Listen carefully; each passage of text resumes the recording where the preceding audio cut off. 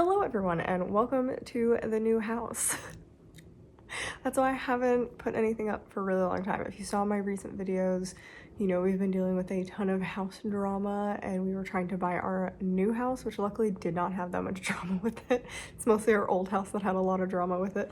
I love that a lot of you were literally watching the videos for the house drama.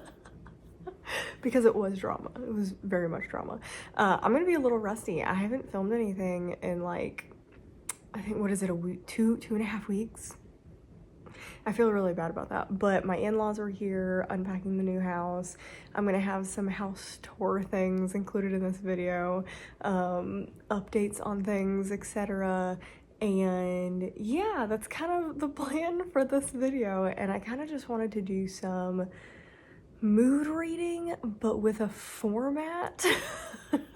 And I kind of wanted to read like some stuff that I'd had for a while, and I thought that was really good to do. Basically Booktube influenced me because all of these books that I bought for this video were definitely influenced by somebody on Booktube. So I have our little stack here. I have already finished this vlog because I wasn't sure where this was going to take me, so I was like, let me wait to do the intro until I exactly know what's happening.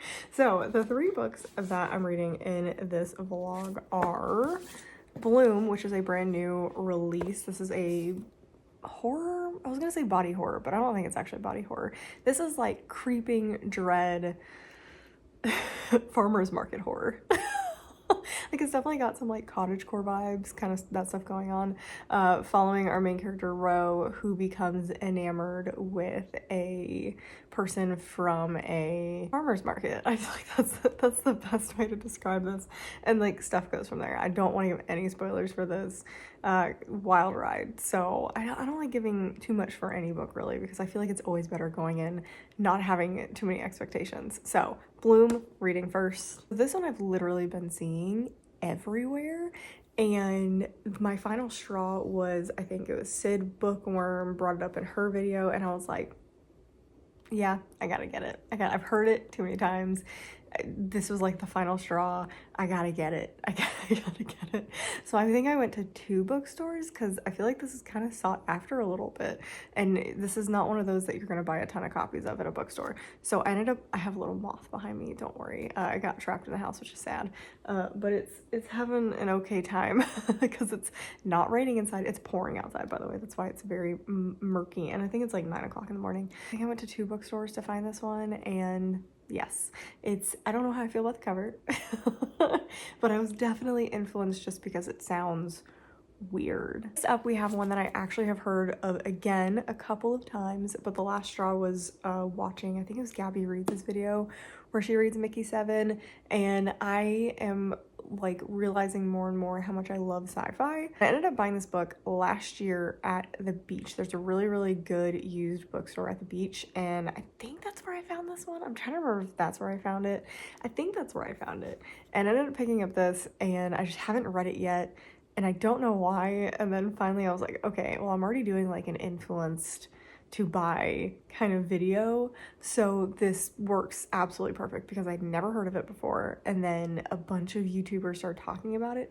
Apparently I guess I have a version that doesn't have it on it, but apparently like on the Kindle version or the audiobook, because I ended up getting the audiobook, it says gonna be made into a motion picture, so I'm excited to see that. I haven't read any updates about that, so that's interesting. Yeah, I've been into sci-fi lately, and I felt like this was gonna be good. This is gonna be good. So this is following our main character Mickey, and it is the 7th iteration of him. He's an expendable where he is given the dangerous missions, and if he dies, it's not a big deal. They just reanimate him with like his memories from his last upload. Obviously, it's kind of a bigger deal to Mickey than it is to everybody else, and it's kind of just like a story about the human condition and what it means to be an expendable and have this kind of immortal life. And it's all about like terraforming new planets as well. So it's got a mix of almost fiction literature kind of in there with a sci-fi background, and it's just kind of, yeah, it's kind of exploring a lot of that. Like, I'm trying to explain what this is about, but it's exploring that. And then there's also terraforming is very difficult in this book, and so the world that they're kind of like trying to live on and terraform, there's some weird stuff going on it, so they're trying to figure out what's going on with that. And then finally, a book that I've had on my shelf, I feel like for quite a while, I might have bought it last year. I don't think I bought it before last year. This is How You Lose the Time War. I have heard, this is one I don't know exactly who I saw this from, but it's multiple people. It is so many people. And I'm pretty sure it's been in my comments a few times because this is the type of book that I would love. And it is following two main characters, Red and Blue, and they're basically like writing letters to each other, and the beginning of each like mini chapter is a story about what they're doing when they find the letter from the other one. So it's like a slow burn letter heavy romance, and it's called The Time War because they're on opposites, like they work for different companies and they're trying to not establish, but they're trying to accomplish two different goals, and they're kind of constantly battling, and the letters could be seen as like corruption, so they're trying to keep them secret. So very interesting premise, very interesting writing style. I tend to really love romances like this and like poetic romances, so this is like, I think I'm gonna like this one the best in the video. It's really fun talking about books that you've already read as if you haven't read them. This is why I always try to do the intro like first for these types of videos, but I also like didn't want to pick my books right away. So anyway, this is kind of how I think I'm gonna like them. I feel like I'm gonna love How to Lose a Time War, then Mickey 7 because sci-fi's just been lucky for me, and then I feel like the horror is gonna be last because I just don't really like horror most of the time. I'm so picky about it. So this is what I think my definitive order is going to be. And with that, we're gonna get right into the reading. There's gonna be no spoilers or anything like that. Okay, make sure you like, comment, and subscribe if you enjoy the video, and we're gonna get right into the reading.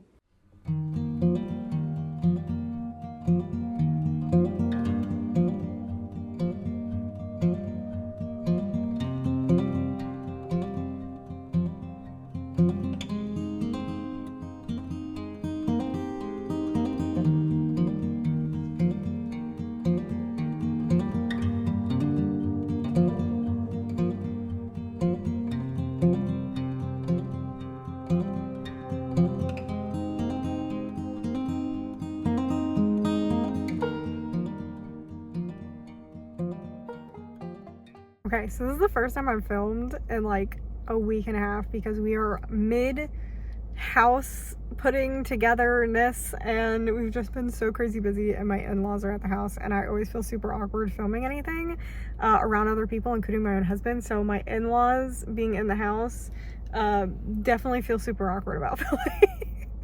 So I'm currently in a parking lot after my doctor's appointment. We're not here for that though. We're here to talk about the weird book that I'm reading, the book that I've been influenced to read because I keep seeing it everywhere, Bloom. I am like 50 pages from the end. I'm 50 pages from the end. I am so tempted just to sit in my car and read it because I'm not getting any reading done at the house because obviously we're unpacking. But that would be super irresponsible if I did that. But I'm 50 pages to the end. It's only 200 pages.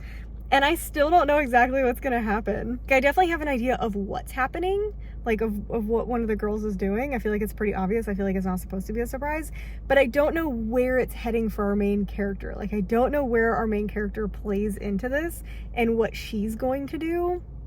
That's what I don't know. And it's weird. This whole book has been incredibly weird and nothing like, well, I mean, it is a little bit like I expected, but it is a little bit different than I expected. I actually was expecting more of a stalker story, and it's definitely not. Like, it's not as stalkery as I thought it was going to be. Like, our main character is definitely a little too nosy and into people's business, but she kind of, like, I would be too in some of the circumstances that are going on here. Yeah, so it's a weird book. It's weird like I thought, and I feel like I have no thoughts until I know what actually happens because I don't know where I'm gonna land on whether I like this or not. Okay, if you hear crying or like dogs crying, it's my in-laws' dog because they just went to go meet my husband to do something, and I have to stay here because I have a doctor's appointment soon, so I have to get ready for that.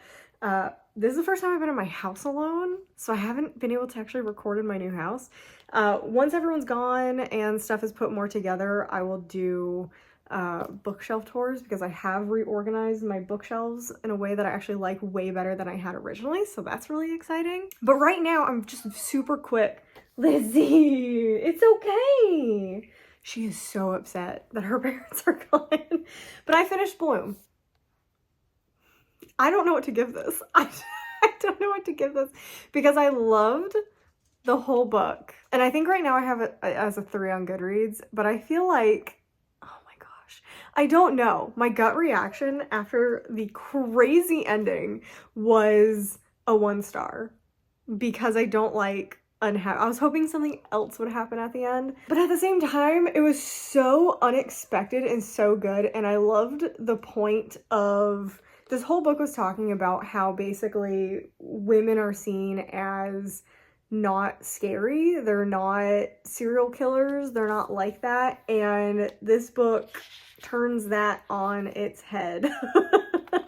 And I read the author's note, and she said that what inspired this was, I think I don't remember if it said her daughter or her niece. The story was inspired by my daughter, who shares my love of the TV show Hannibal, but asks why all the hot serial killers are always dudes. I love that. I love that. And a lot of people tell you that there are plenty of female serial killers. They just haven't been caught because women are a little more sneakier, apparently. But anyway, yeah, this was a wild ride. If you were thinking about reading this, I would go ahead and read it. There is an animal death in this that was not my favorite. I feel like it kind of just comes with horror books a lot of times, and it definitely was to make a point, which I liked later on. It was like, we're talking about red flags and stuff and how they're ignored a lot of times. So at least, and it wasn't a pet, so I liked that at least. But it was so interesting, and the build of this was so interesting, and the way that our main character thought about women versus men and dating and ignoring red flags that she wouldn't ignore in men.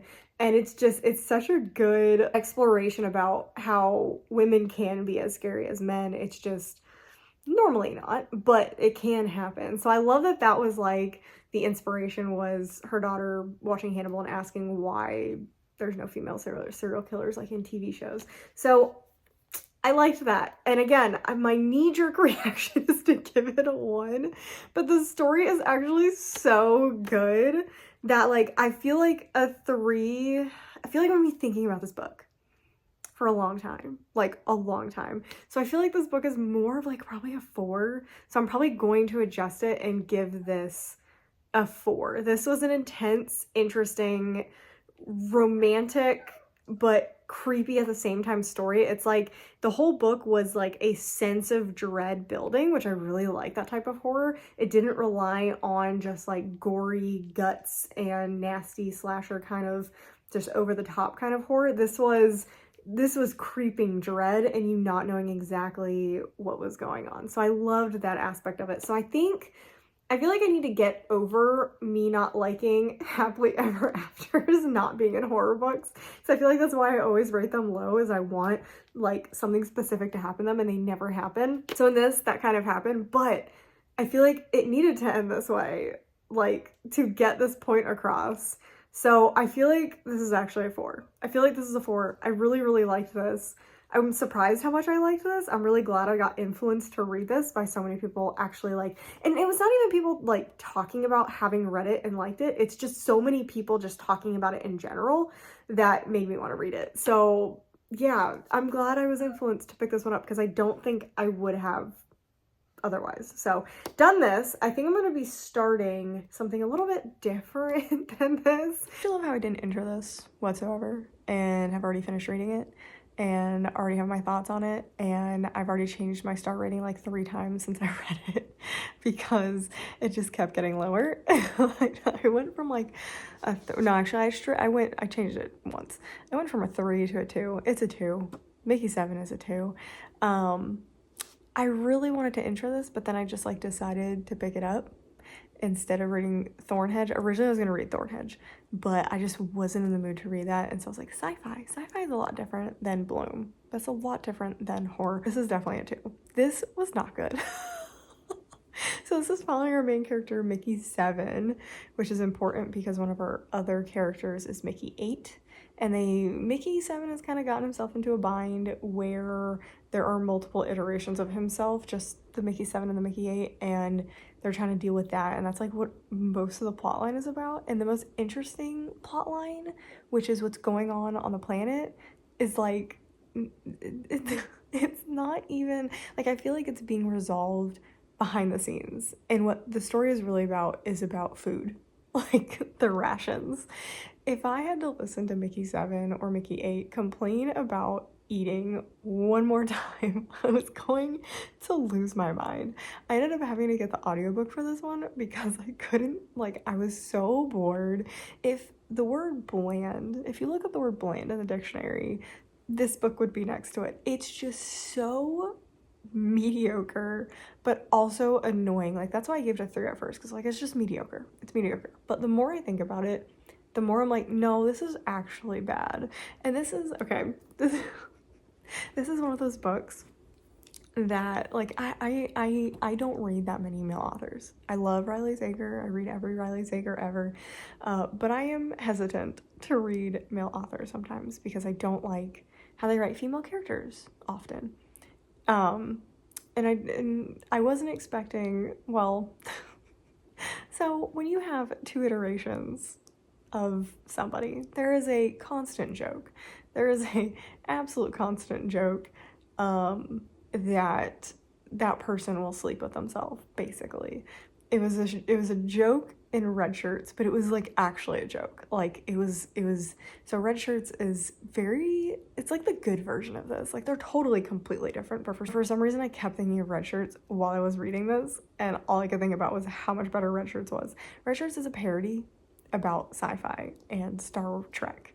And in one scene, one character finds its double and they sleep together. And it's like, normally I would be like, ugh. But it was kind of hilarious because it was making fun of that trope. This one was not.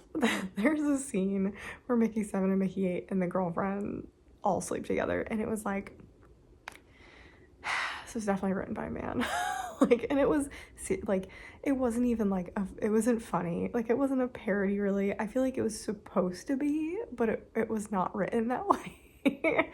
And that was my last straw because it happens at the very end. It's probably a spoiler, but I'm sorry, like you shouldn't read this. Our main character and Mickey 7 and Mickey 8 are 2 of the worst people I have ever read. Like, they are just horrible people. I could not stand either one of them.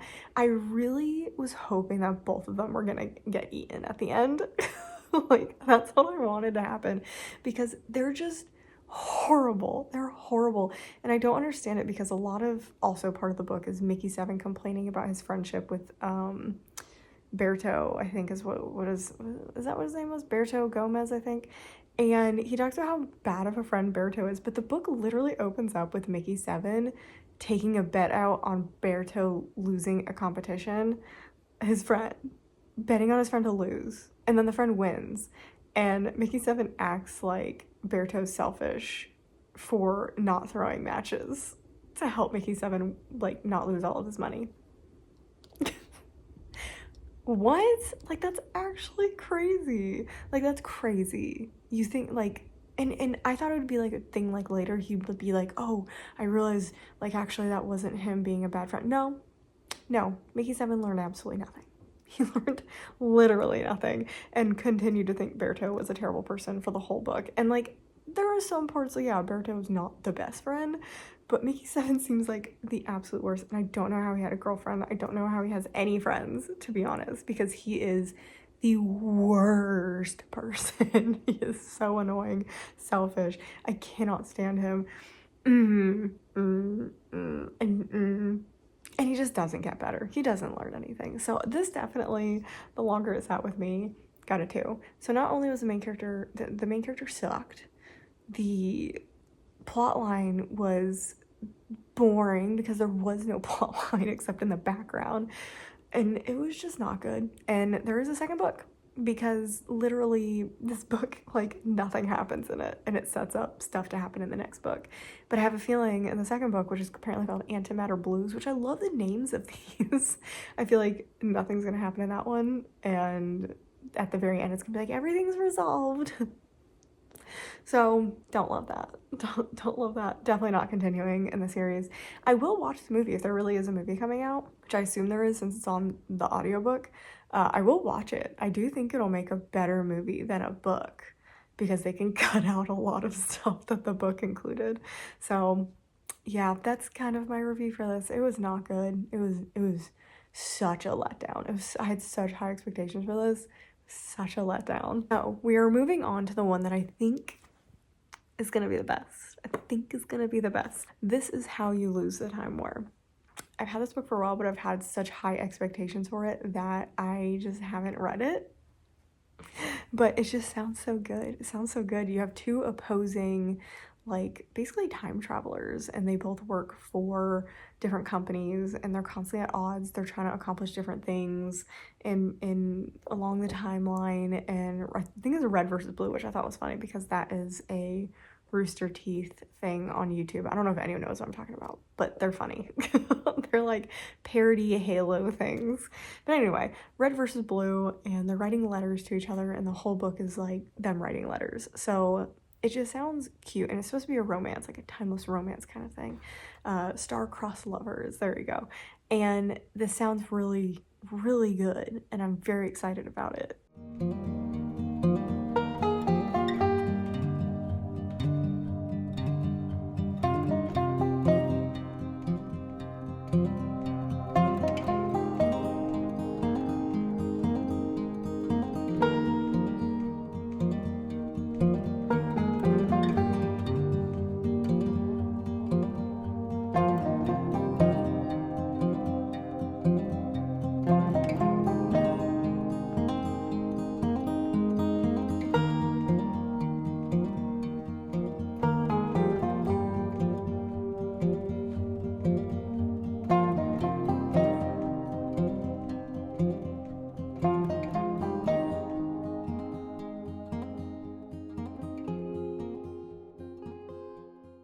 So we're gonna film something outside. This is the first time I've really like done this because I actually have a covered front porch.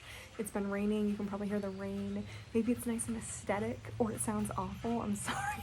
I hope you can hear the owl. There's an owl that lives here somewhere, and I love hearing it. I love hearing it. So we moved basically out of a city in the suburbs to a rural part of a different, significantly smaller city. So it's just like so peaceful out here. Like, yeah, there's still cars. We still live in a neighborhood, but we've got 2 acres, and it's gorgeous. Like, it's so pretty. It's only about an hour later because I hated this. I hated this.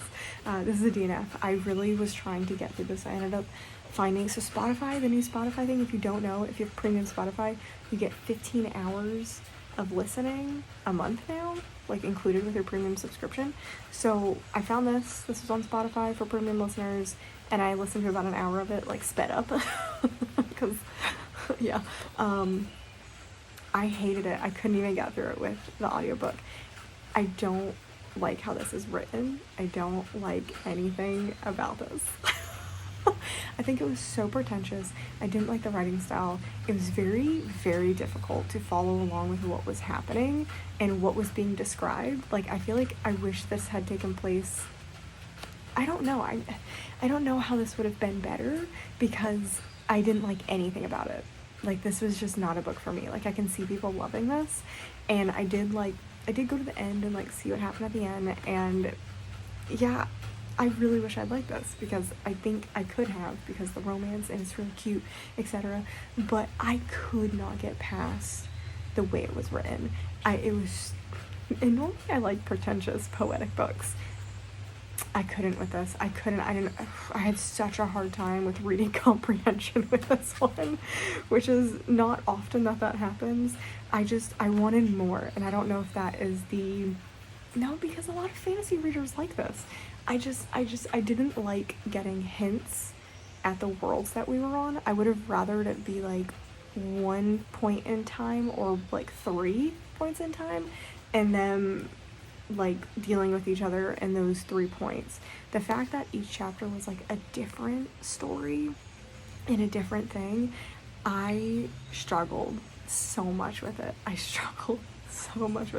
Because it just wasn't giving me enough. It would be like 3 pages of, oh, this crazy thing in history, but it wasn't even like recognizable things in history a lot of times.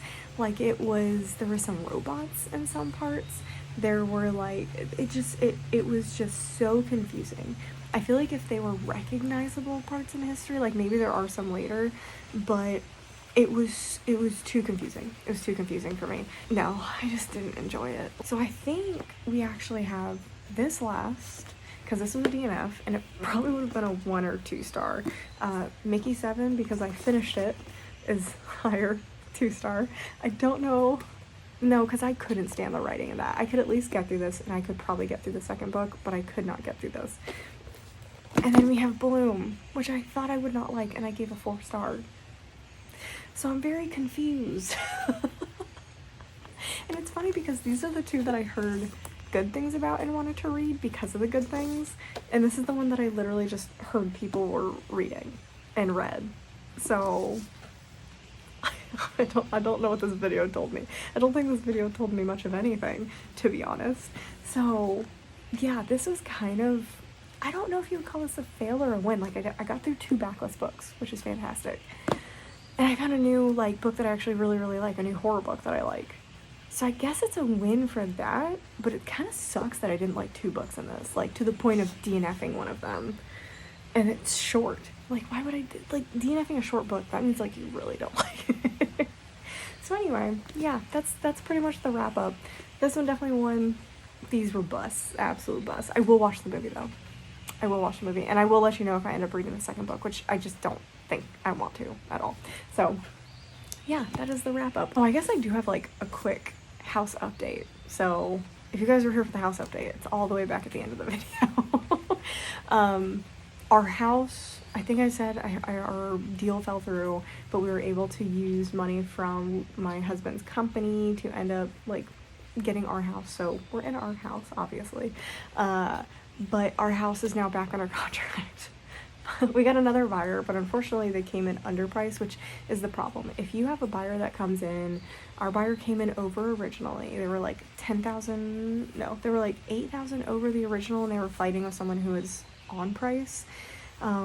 If your house goes back on the market for any reason, like through no fault of your own, because it definitely wasn't our fault, your house price goes down. People don't offer full price anymore, so all of our offers were significantly under our original, which really sucks. Like we lost so much money and almost lost our house because of this lady, and yeah, I'm still not happy about it, but ended up mostly working out.